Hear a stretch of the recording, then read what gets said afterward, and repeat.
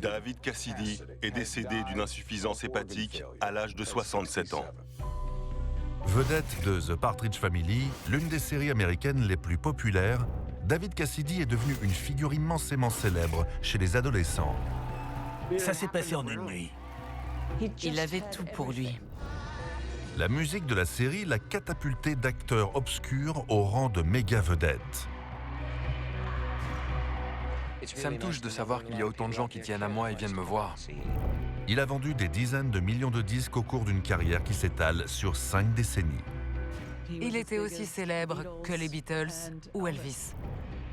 Il montait encore sur scène quand il avait la soixantaine. Il a vieilli en même temps que ses fans, qu'il aimait toujours. Mais contrairement à l'image d'adolescent parfait qu'il renvoyait, David Cassidy a mené une vie plus sombre qu'il n'y paraît. C'était un homme très troublé. Il a lui-même avoué que ça devenait incontrôlable. David Cassidy est mort d'une insuffisance hépatique. Son combat contre l'alcool lui a sûrement laissé des lésions organiques, mais il a affirmé pourtant être sobre pendant les années qui ont précédé sa mort.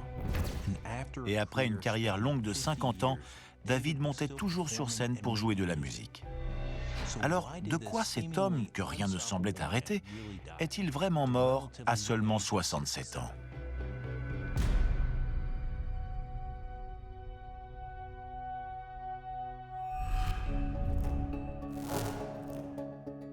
Le docteur Michael Hunter est un médecin légiste réputé dans le monde entier. Il a réalisé des milliers d'autopsies au cours de sa carrière. Depuis plus de 20 ans, il collabore avec les forces de l'ordre et les experts judiciaires pour élucider des cas de mort suspectes ou violentes, faisant ainsi toute la lumière sur les circonstances de ces décès. J'ai accès à des informations biographiques et des témoignages exclusifs que j'utiliserai pour examiner l'état de santé de David. Je chercherai les preuves permettant d'expliquer pourquoi David Cassidy est subitement décédé à l'âge de 67 ans. «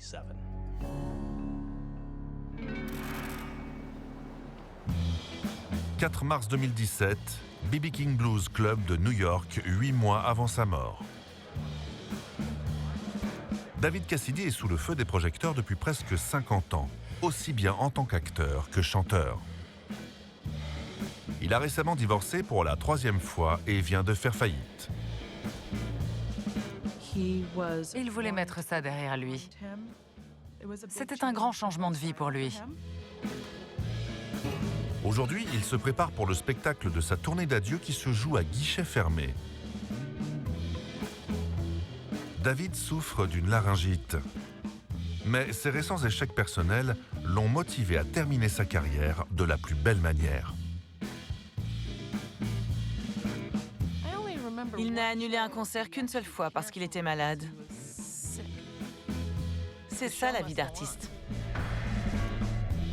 Il savait que les fans l'aimaient et préféraient le voir avec une laryngite que pas du tout. Malgré une santé fragile, David monte sur scène pour un spectacle de 2 heures.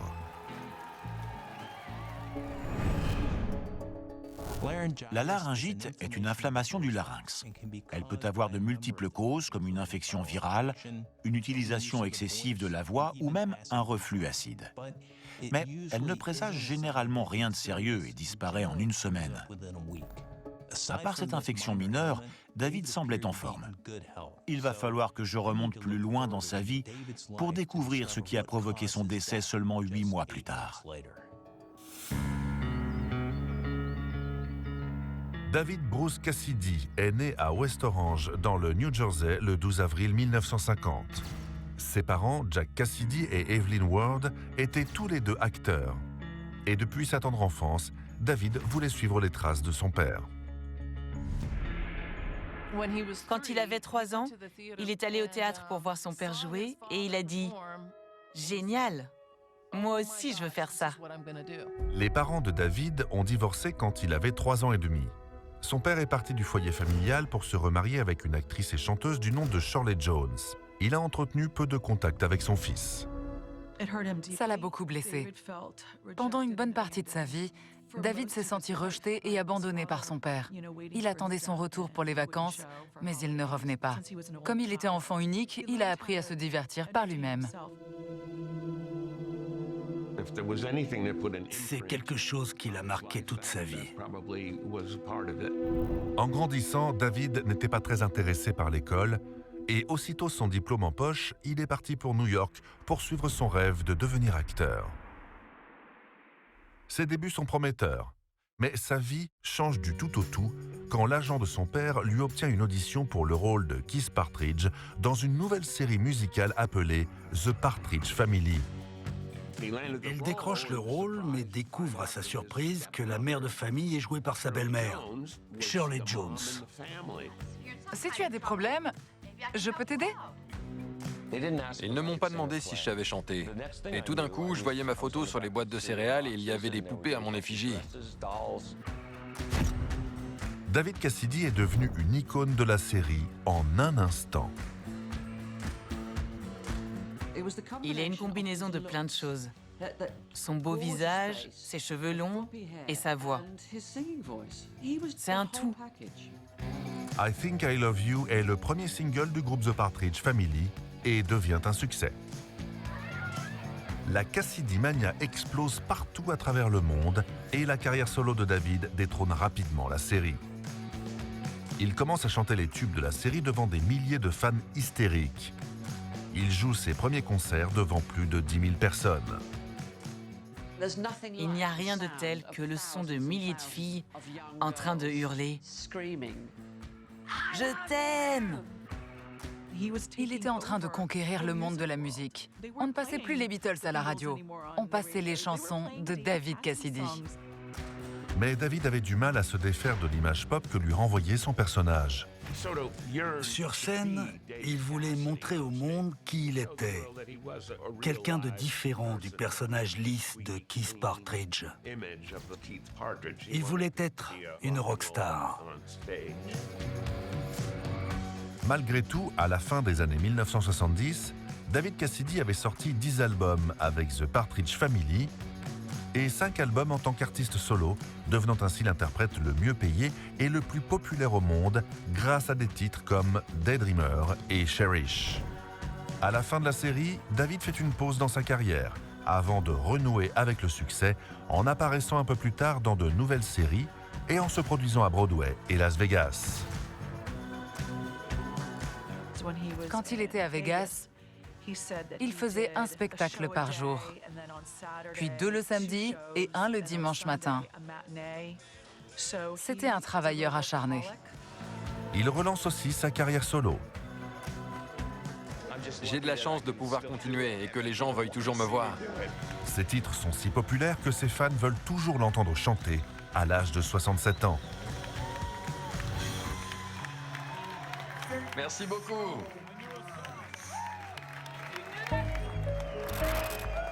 « 4 mars 2017, B.B. King Blues de New York, 8 mois avant sa mort. Au cours de son spectacle, il demande à ses fans de ne pas activer le flash de leur appareil car cela affecte sa vue. Les troubles de la vision peuvent être le signe de graves lésions au niveau de certains organes. Mais en étudiant le dossier médical de David, j'ai compris d'où venait son aversion pour les flashs. Il a souffert d'un strabisme depuis l'enfance. Cela signifiait qu'il ne pouvait pas aligner ses 2 yeux simultanément dans des conditions normales. Je sais qu'il s'est fait opérer 5 fois, à ma connaissance en tout cas, à chaque fois pour les yeux. Ça lui faisait mal, alors il demandait gentiment aux gens de ne pas utiliser de flash. C'était un vrai problème. Imaginez-vous sur scène dans la pénombre avec des milliers de flashs qui vous éblouissent. Ouais, c'était pas facile pour lui.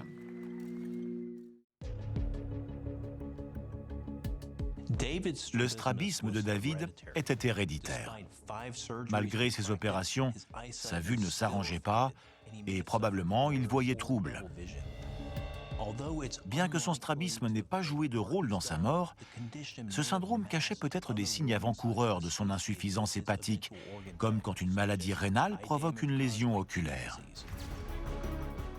Mais en approfondissant mes recherches, je pense trouver la clé permettant de comprendre comment cet homme âgé de 67 ans est mort d'une insuffisance hépatique.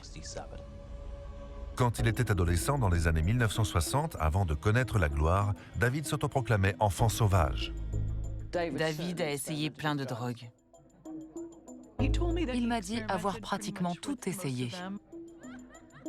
David et ses amis prennent toutes sortes de substances qui altèrent les sens. Des psychotropes, des amphétamines, des barbituriques, de la marijuana et une fois de l'héroïne.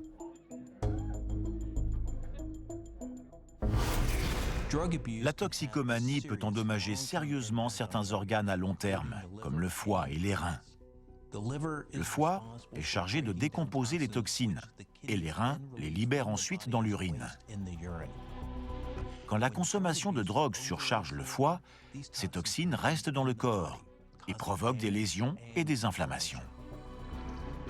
Pourtant, le foie possède la capacité unique de pouvoir se régénérer en remplaçant les tissus abîmés par de nouvelles cellules. Le foie a la capacité de se régénérer en seulement 30 jours. Et selon le témoignage de ses proches, David aurait arrêté sa consommation dans les années 1970, après que l'un de ses meilleurs amis soit mort d'une overdose. Donc, en théorie, son foie et ses reins auraient pu se réparer des dégâts provoqués par la drogue. Il parlait à son ami à travers le cercueil en disant « Je pourrais être à ta place ». Même si les rapports confirment que David avait arrêté sa consommation de drogue, il y en avait une qu'il consommait sans modération et qui a pu détériorer ses organes, l'alcool. David adorait toutes ces femmes, mais il avait peur de se faire happer par la foule. Si les filles réussissaient à l'attraper, elles lui auraient arraché les vêtements, les cheveux ou n'importe quoi d'autre. Dans toutes les grandes villes du monde où David s'est produit, nous descendions dans un hôtel différent du reste du groupe pour échapper aux fans. Mais il n'était pas dupe. Il est dans cette situation paradoxale. D'un côté, il est le petit copain rêvé et l'ami parfait de tous ses fans qu'il adule et crient leur amour pour lui. Mais en réalité, même s'il voyage dans le monde entier, il est très seul. Il était pris au piège dans sa chambre d'hôtel.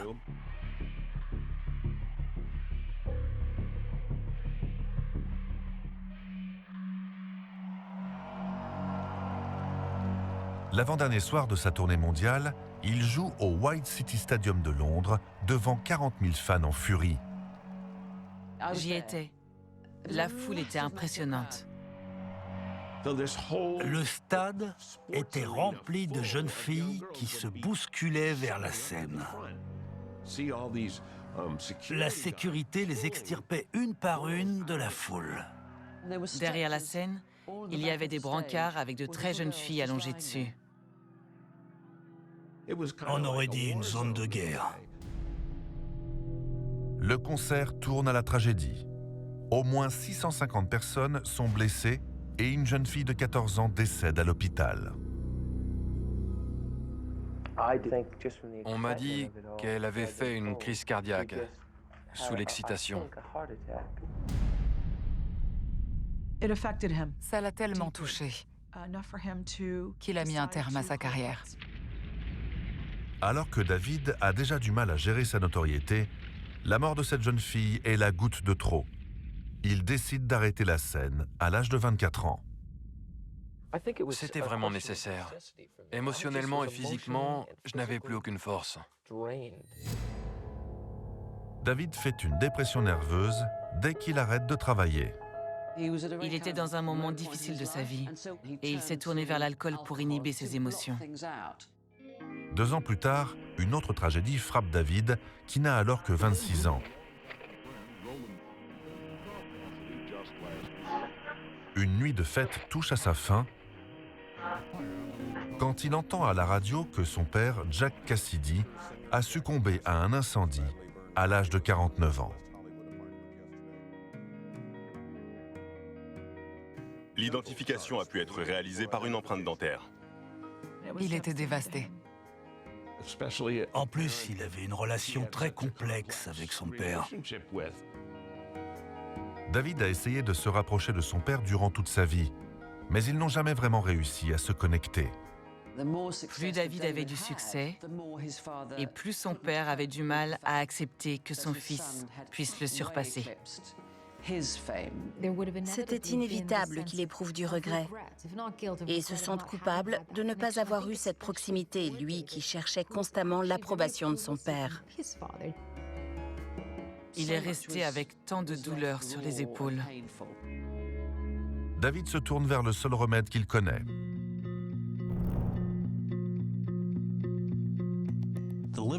Le foie traite 90% de l'alcool consommé. Mais à chaque fois qu'il filtre l'alcool, certaines de ses cellules meurent et l'endommagent un peu plus. L'alcool entraîne également une détérioration des reins, les rendant moins efficaces à la filtration du sang. La consommation régulière d'alcool favorise l'hypertension artérielle et peut causer une insuffisance rénale. D'ailleurs, je vois que l'alcoolisme remonte loin dans l'histoire de sa famille.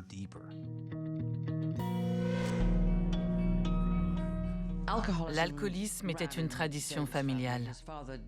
Son père Jack était très porté sur la boisson, de même que son grand-père, ainsi que le frère de Jack.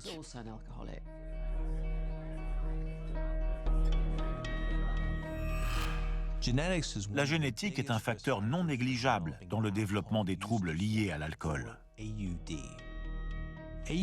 L'alcoolisme est reconnu comme une maladie chronique du cerveau, caractérisée par une consommation compulsive d'alcool.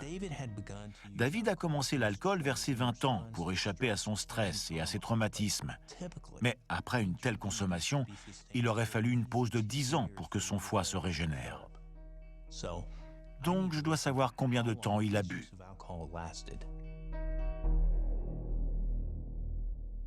Au milieu des années 1980, David se marie 2 fois et a de nombreuses relations brèves, dont une a donné naissance à son premier enfant, Cathy.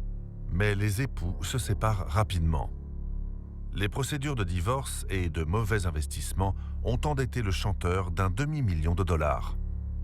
Il n'avait plus rien et se tournait vers l'alcool. Il perdait même parfois connaissance. Mais en 1991, il rencontre sa 3e femme, Sue Schifrin, avec qui il a un fils du nom de Beau. David a vécu le plus beau moment de sa vie à la naissance de son fils. Il voulait donner à son fils l'amour qu'il n'avait pas reçu de son père.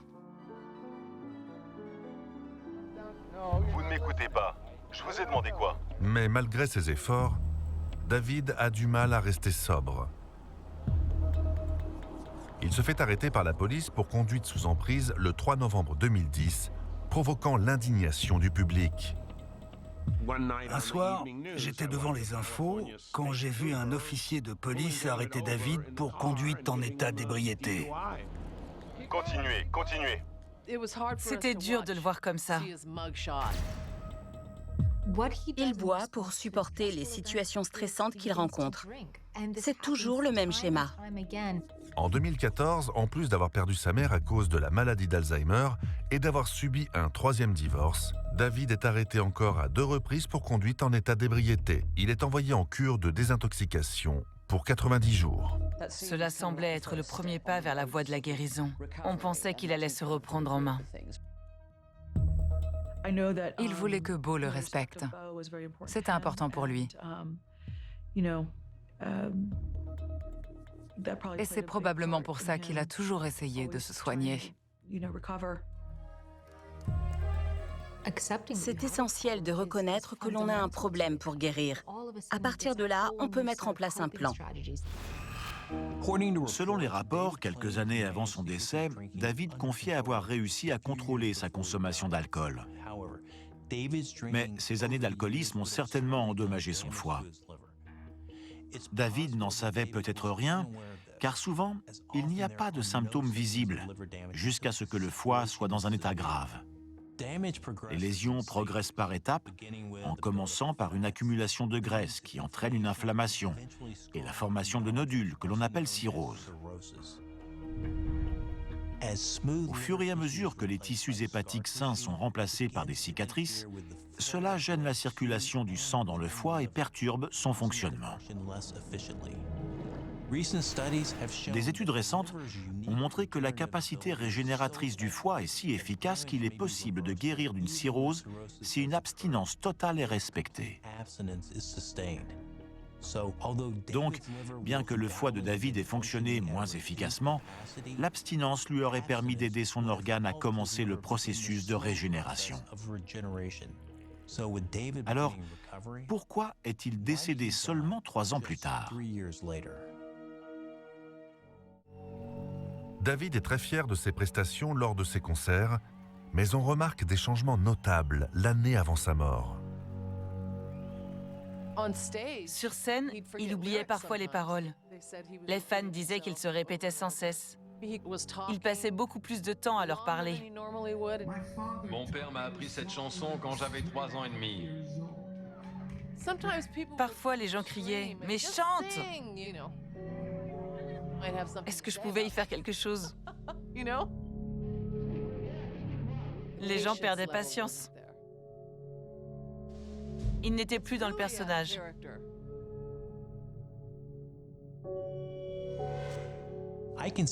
Neuf mois avant sa mort, David a annoncé officiellement qu'il souffrait de démence. Ça peut expliquer ses pertes de mémoire sur scène.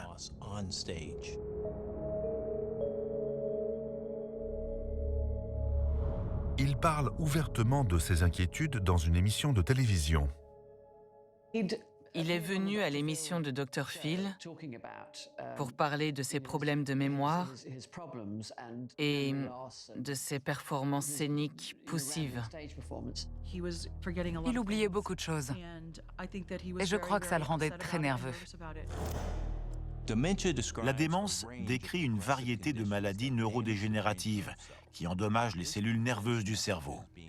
Elle bloque la transmission des messages au cerveau et empêche au corps de fonctionner normalement, en plus de causer une perte progressive de la mémoire et du jugement. Sa mère a eu la maladie d'Alzheimer et il avait le sentiment que ça pouvait lui arriver. Selon les témoignages, David croyait qu'il existait une filiation génétique puisque sa mère et son grand-père maternel ont souffert de la maladie d'Alzheimer. Il existe 200 types de démence et dans 99% des cas, elles ne sont pas héréditaires. Les patients souffrant de démence vivent parfois 10 ans après l'apparition des symptômes. Mais David, lui, est mort juste 9 mois après son annonce publique. De plus, il n'existe aucun lien direct entre la démence et l'insuffisance hépatique, donc je pense que quelque chose d'autre a précipité sa mort. Septembre 2017, chez David à Fort Lauderdale en Floride, 2 mois avant sa mort. David invite une équipe de films à partager sa vie tandis qu'il prépare un album en hommage à son père. Quelques jours avant d'entrer en studio, il tombe chez lui et se blesse. J'ai appris qu'il était tombé, mais il se faisait souvent mal. Il a appelé le producteur du documentaire pour lui dire qu'il allait bien et qu'il les rejoindrait plus tard au studio. La démence entraîne un déclin des fonctions, un affaiblissement musculaire et des troubles de l'équilibre. Cela peut aussi affecter le jugement, la perception visuelle et spatiale et donc augmenter le risque de chute. La recherche a montré que les personnes âgées atteintes de démence ont 2 fois plus de chances de chuter que la normale. Bien que la démence ait endommagé le cerveau de David et que l'alcool ait abîmé son foie et ses reins, les rapports indiquent qu'il était atteint d'une autre maladie.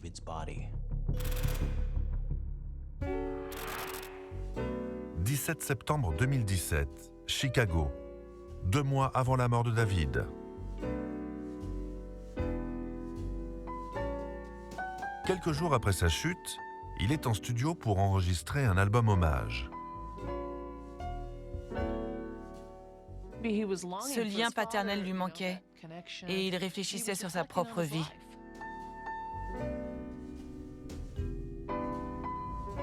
Mais David éprouve des difficultés durant l'enregistrement. Je voyais qu'il était malade. Il n'avait plus cette force qu'il avait avant. Pas sur le plan physique ni sur le plan vocal, car je pense que ça ne se percevait pas. Mais il souffrait. Si ce n'était pas de la douleur, il éprouvait au moins une sorte d'inconfort.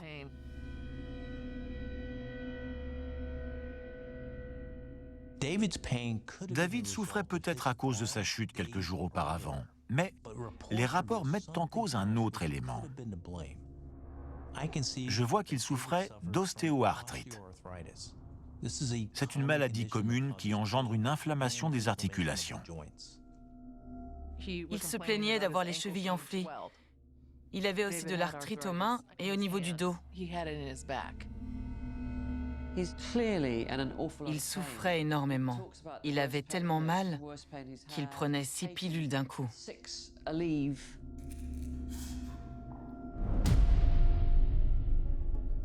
Il n'existe aucun lien direct entre l'arthrite et l'insuffisance hépatique. Pourtant, certains antidouleurs prescrits contre l'arthrite peuvent entraîner des lésions organiques. Le naproxène est un anti-inflammatoire non stéroïdien souvent prescrit pour traiter l'arthrite. En se métabolisant dans l'organisme, le naproxène crée des composés susceptibles d'endommager les reins. Une consommation excessive accroît la toxicité et peut entraîner une maladie rénale chronique. Le naproxène a aussi été associé à des insuffisances hépatiques aiguës, d'une gravité allant d'inflammation avec jaunisse jusqu'à l'insuffisance hépatique. 18 septembre 2017, Chicago, 2 mois avant la mort de David. Le chanteur est de retour au studio après avoir écourté la séance de la veille. Tout s'accélérait. Il nous a dit « Mon abdomen est complètement gonflé ». David s'est plaint d'avoir les chevilles et l'abdomen gonflés. Les œdèmes sont des gonflements causés par un excès de fluide piégé dans les tissus du corps. Ils sont douloureux et tirent sur la peau. Ils touchent le plus souvent les mains, les bras, les pieds et les jambes. On peut les contracter à cause de l'arthrite ou à force de rester trop longtemps dans la même position. Pourtant, un édème peut aussi être le signe d'une affection sous-jacente plus grave. Lorsqu'il se développe dans l'abdomen, on appelle ça une ascite. Une ascite peut être causée par de nombreuses maladies, comme la pancréatite, l'insuffisance cardiaque, l'insuffisance rénale, le cancer et la cirrhose. David a des gonflements dans tout le corps et il fait part de sa souffrance au reste du groupe. Mais ce n'est pas tout. Il était jaune, comme s'il avait la jaunisse. On lui a dit d'aller à l'hôpital. Il a répondu « C'est hors de question. Que pouvions-nous faire ?» La jaunisse survient quand la bilirubine, contenue dans le sang, n'est pas filtrée par le foie et les reins, et qu'elle se dépose dans la peau et les yeux.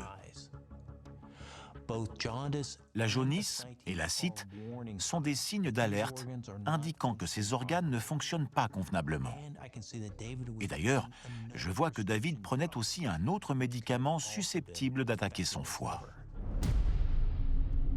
Il prenait aussi de la Vicodine, mais il souffrait toujours énormément. La Vicodine est un antidouleur très puissant et très addictif. Il se compose d'hydrocodone, qui est un opiacé synthétique, et d'acétaminophène, qui est un analgésique non stéroïdien. Ces deux médicaments sont métabolisés par le foie.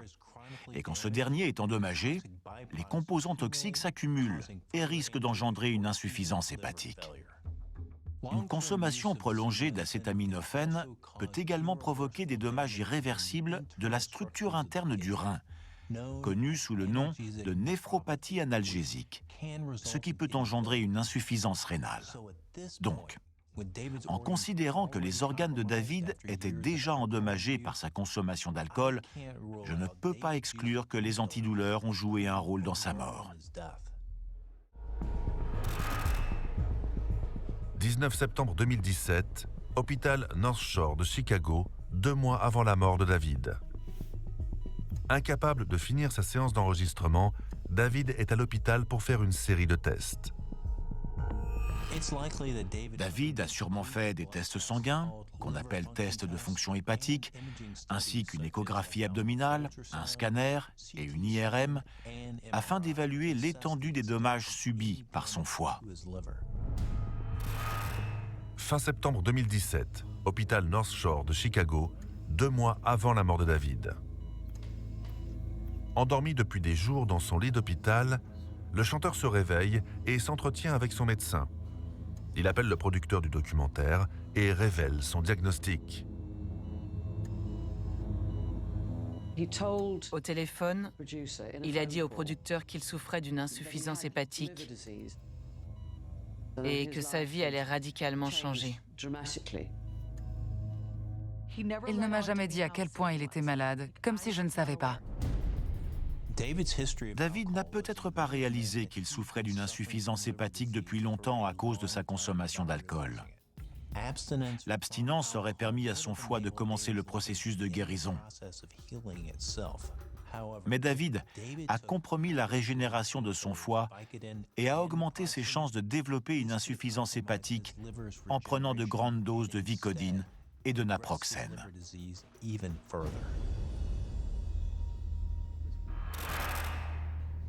Fin septembre 2017, 2 mois avant la mort de David.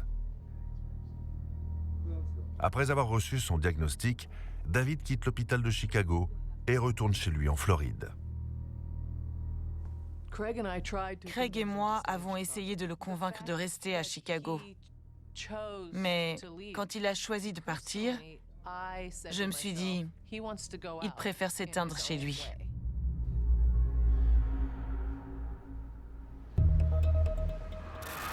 Octobre 2017, Fort Lauderdale, en Floride, 1 mois avant sa mort.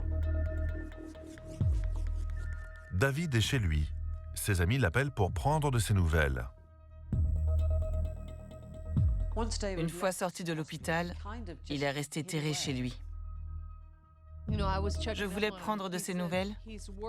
Il m'a dit qu'il voulait se concentrer sur sa santé, comme s'il disait « Laisse-moi tranquille un peu ». J'ai senti qu'il commençait à se renfermer. À ce stade de la maladie, il est probable que David a perdu l'appétit. Il devait se sentir faible, fatigué et perdu. Peut-être même qu'il tremblait et avait de la fièvre. Dans la vaste majorité des cas, le soutien social aide énormément à supporter la maladie, à la fois sur le plan psychologique et physiologique. Donc je pense que le fait de s'isoler durant les dernières semaines de sa vie a eu un impact très négatif d'un point de vue physiologique. 15 novembre 2017, au centre médical de Broward à Fort Lauderdale, 6 jours avant sa mort. David est emmené à l'hôpital. D'après les rapports, le foie et les reins de David étaient dans un sale état. Ses organes n'étaient plus en capacité de remplir leurs fonctions normalement. C'est une situation critique qui demande une assistance médicale. 18 novembre. David est en soins intensifs. Il est placé en coma artificiel et sous assistance respiratoire. En plongeant David en coma artificiel grâce à une dose contrôlée de barbiturique, les médecins peuvent lui insérer un tube respiratoire et protéger ses voies respiratoires. Plus tard, ce jour-là, l'agent de David annonce publiquement qu'il a été placé en coma artificiel en attendant une greffe de foie. Une greffe de foie consiste à retirer le foie malade et à le remplacer par un organe sain ou seulement une partie. Un morceau greffé d'un foie en bonne santé peut grandir jusqu'à atteindre une taille normale en seulement quelques semaines. Le pourcentage des patients qui survivent à une greffe du foie est élevé. Après une greffe, le foie fonctionne normalement. 20 novembre 2017, un jour avant sa mort. David est à l'hôpital entouré par sa famille. Il se réveille de son coma. Il est dans un état critique, mais stable. Il était inconscient la plupart du temps, mais il revenait parfois à lui. Les médicaments lui troublaient l'esprit. Il n'était pas vraiment avec nous. Seulement un jour après avoir repris connaissance, son état se dégrade. Les médecins ont dit à la famille, « Son état n'est pas rassurant. Vous devez vous préparer au pire. » Son corps était trop mal en point pour recevoir une greffe. Il n'aurait pas tenu le coup. Il était trop faible, trop fragile. Une opération telle que celle-ci peut avoir des complications, comme la formation de caillots sanguins, une hémorragie ou une infection.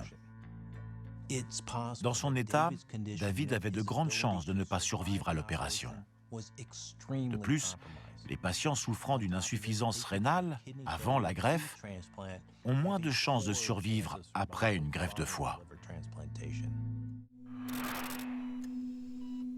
6 jours après son arrivée à l'hôpital, David Cassidy, âgé de 67 ans, meurt entouré de ses proches. David Cassidy est décédé d'une insuffisance hépatique à l'âge de 67 ans. Ça m'a brisé le cœur de le voir régresser petit à petit. J'avais le souffle coupé. Je manquais d'air. Je suis tombée au sol et j'ai prié pour lui. En étudiant son dossier médical, je remarque que son état s'est détérioré rapidement, jusqu'à ce que son foie et ses reins ne fonctionnent plus normalement. En analysant les 5 dernières années de sa vie, j'ai découvert ce qui a réellement précipité sa mort. Le docteur Hunter pense que David avait un grand secret. Quelques mois avant sa mort, David a annoncé publiquement qu'il souffrait de démence. Mais une autre raison pourrait expliquer pourquoi il était physiquement et mentalement instable durant les dernières années de sa vie. Comment allez-vous? Après sa cure en 2014, David annonce publiquement qu'il est sobre. Je vais y passer si je bois un autre verre. Je suis un programme très rigoureux pour arrêter. Mais en réalité, il cache son addiction. Me l'a-t-il caché? Oui. Il en avait honte, comme tous les toxicomanes. Les toxicomanes tentent souvent de manipuler leur entourage pour poursuivre leur addiction. Et cela implique souvent de mentir.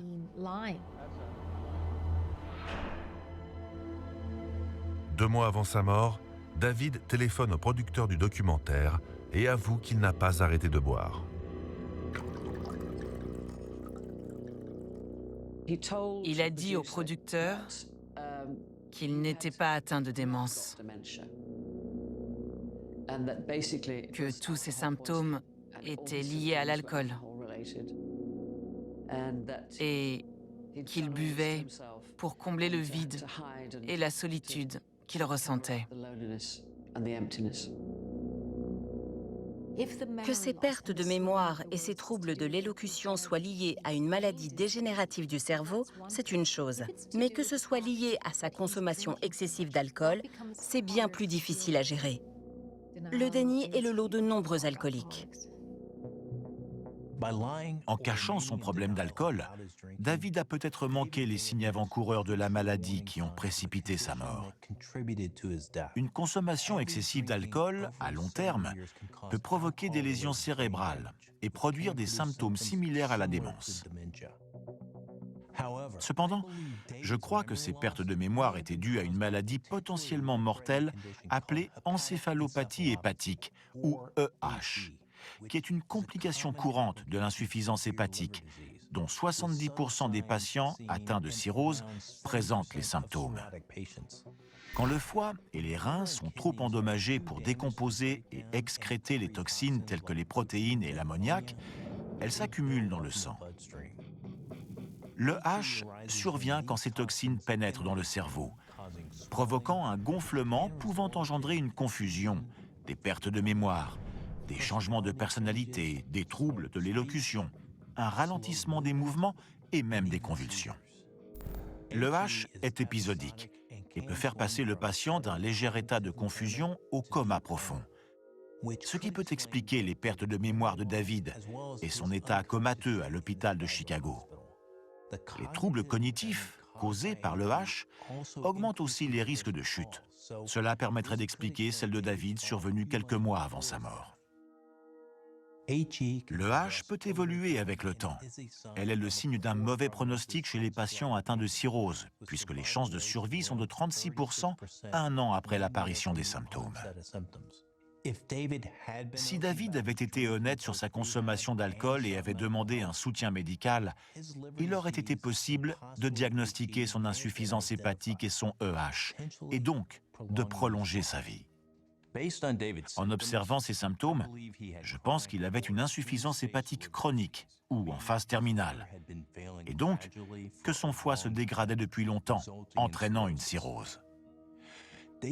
Les autres symptômes, comme son édème, la cite et la jaunisse, sont conformes à une cirrhose décompensée, ce qui veut dire que le foie n'est plus en mesure de remplir normalement ses fonctions. Une personne atteinte d'une cirrhose liée à l'alcool, qui continue à boire, possède moins de 50% de chances de vivre au bout de 5 ans. David est mort seulement 6 semaines après l'établissement de son diagnostic. Il savait qu'il allait mourir et il voulait en finir à sa façon. Il a préféré aller en Floride pour pouvoir boire. Son foie était fichu de toute façon. Alors, à quoi bon? Si David a continué de boire tout en prenant du naproxène et de la Vicodine, il a certainement empiré son cas. Les effets néfastes de ces médicaments sur le foie et les reins sont encore plus graves chez les patients atteints d'une cirrhose. Car le fait de boire de l'alcool pendant la prise de ces médicaments rend plus difficile l'élimination par l'organisme des composés toxiques présents dans ces substances. David buvait beaucoup pour pallier au stress et à ses traumatismes.